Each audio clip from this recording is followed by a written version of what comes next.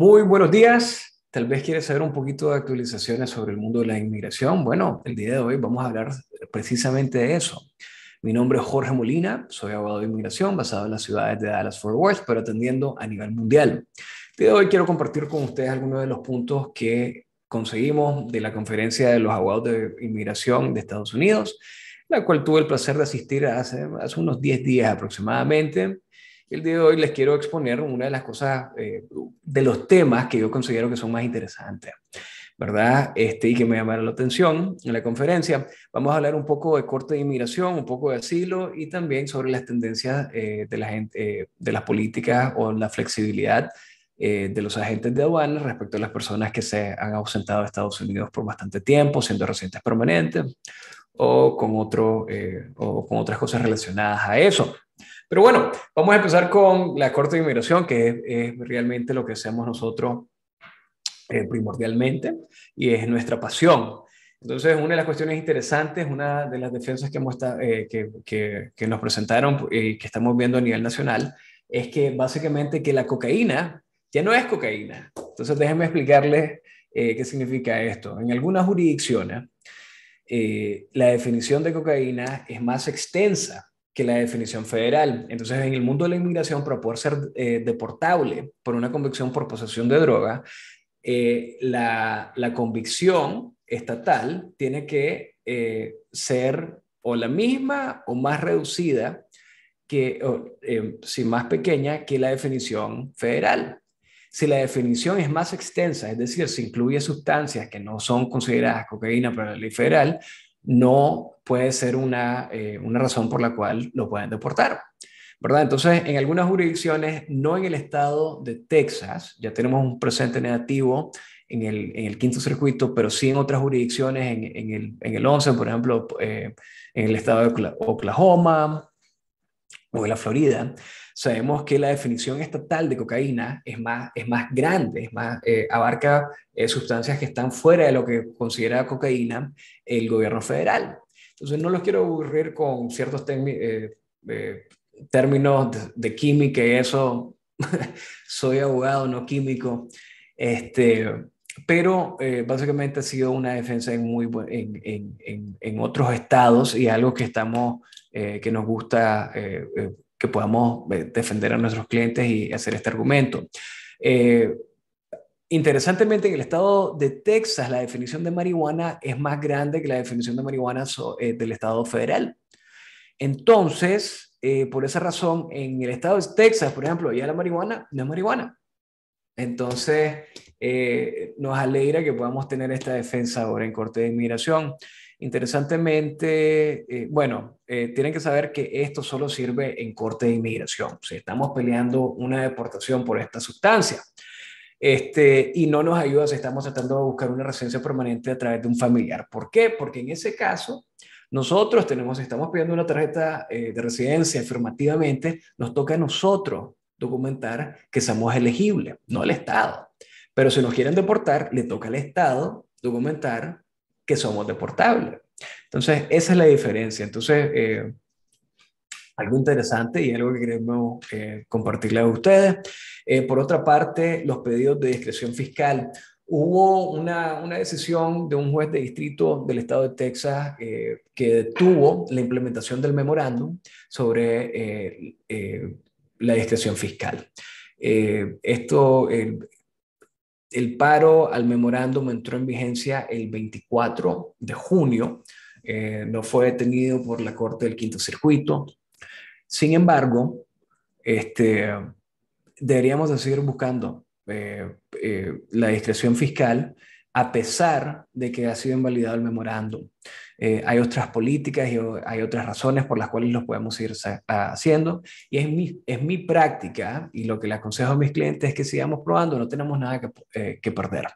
¿Verdad? Entonces, en esta circunstancia, a pesar que tenemos una mala decisión, este, podemos seguir tratando. Y ese es el consejo, ¿verdad? Eso es lo que todos los abogados de inmigración presentes en la conferencia sacamos de eso. Por otra parte, esto ya es un análisis más allá de lo que se recibió en la conferencia, tuvimos la decisión de que el gobierno federal puede detener el programa de permanencia en México. Y la lógica en esa decisión dice que el gobierno federal tiene un interés eh, eh, supremo en poder controlar las relaciones internacionales con otros países. Entonces, en este caso, esa misma lógica aplica, porque el gobierno federal también tiene un interés de no deportar a ciertas categorías para no empeorar la vida o las circunstancias de otros países. Entonces, y esto ha sido una decisión de la Corte Suprema de Estados Unidos, entonces el análisis creo que es fuerte y que se va a seguir litigando, este es el memorándum, pero últimamente es mi opinión que se va a implementar el memorándum y se va a seguir siguiendo la política, a pesar de esta decisión negativa de una Corte de Distrito en el estado de Texas. Pero en resumen, sigamos tratando con la discreción fiscal. Cierro con esto sobre las cortes de inmigración. Gracias a las pandemias, las cortes de inmigración tuvieron que implementar un sistema de videoconferencias y comunicarnos de forma remota. La señal es que esto va a quedar y va a permanecer más allá de la pandemia. Entonces, nos tenemos que preparar para esto, que mientras que nos trae algunos beneficios, ¿verdad? Como que no tenemos que viajar distancias largas, en muchas ocasiones es un ambiente un poquito más relajado porque no tenemos al fiscal a la par, no tenemos al juez enfrente, entonces nos podemos calmar un poco más. Pero también trae ciertos otros retos, como por ejemplo, cómo podemos demostrar que somos creíbles cuando estamos hablando por cámara. Y ciertas cuestiones que podemos detectar en persona no lo podemos hacer en cámara. Entonces, ahora más que nunca es esencial tener buena representación en corte y tener a alguien que pueda preservar el récord si pasa un problema tecnológico, si se detiene el récord, si hay un problema traduciendo, etcétera. Entonces, ahora más que nunca es necesario tener buenos abogados en las cortes para preservar estos errores.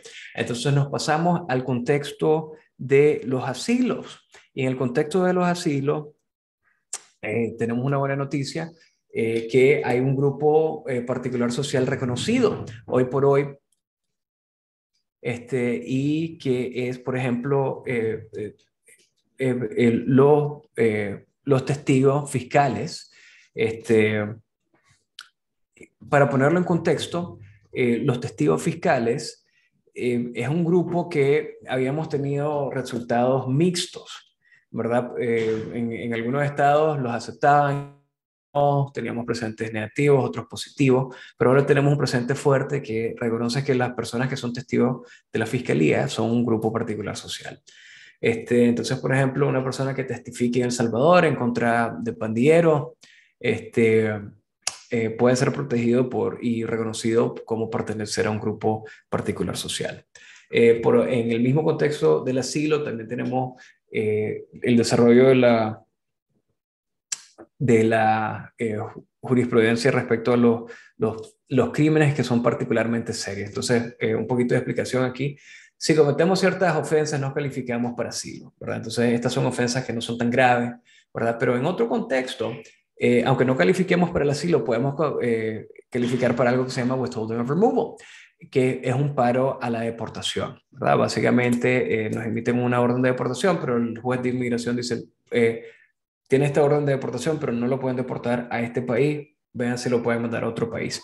Pero en ese contexto, si una persona comete un delito que es particularmente serio, no puede recibir esta protección, a pesar de que su vida corra peligro en el país de origen. Entonces, en este contexto, por definición, si una persona comete una felonía agravada y tiene una sentencia de más de 5 años, tiene prohibido recibirlo, pero el análisis no termina ahí. Si se comete un crimen, entre comillas, particularmente serio, se le tiene que negar. Y para hacer ese análisis, los jueces tienen que analizar los elementos y los hechos del delito. Entonces, el argumento del gobierno era que si una persona cometía una felonía agravada, automáticamente no calificaba para este alivio. Pero el argumento que presentamos nosotros como defensa es que no, tenemos que hacer un análisis personalizado, depende de las circunstancias del individuo. Todavía no tenemos un resultado respecto a esto, Sin embargo,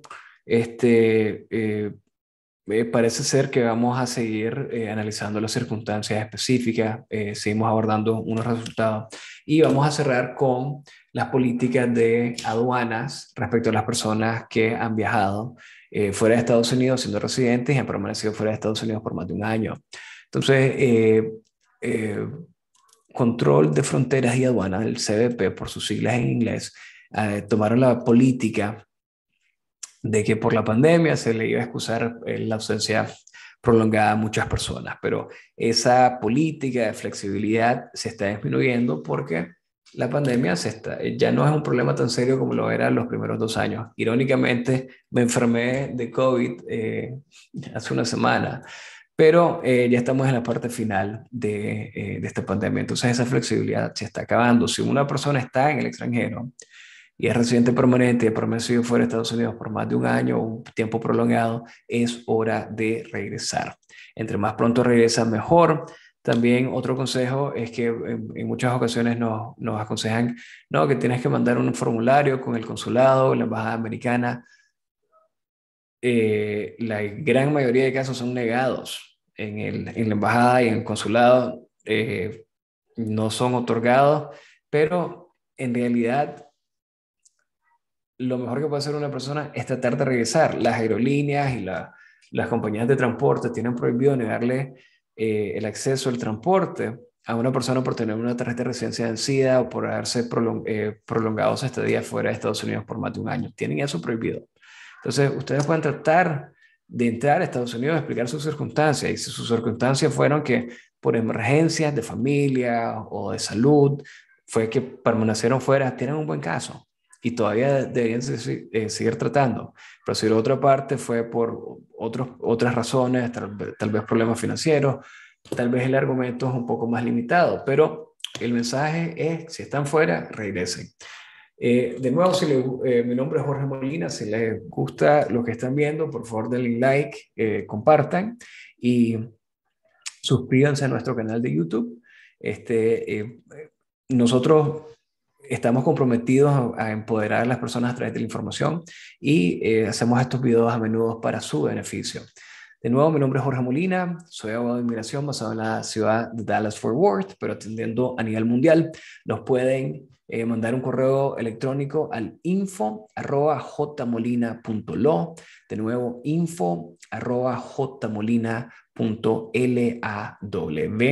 O bien pueden llamar a nuestra oficina al 469-708-5800. Muchas gracias.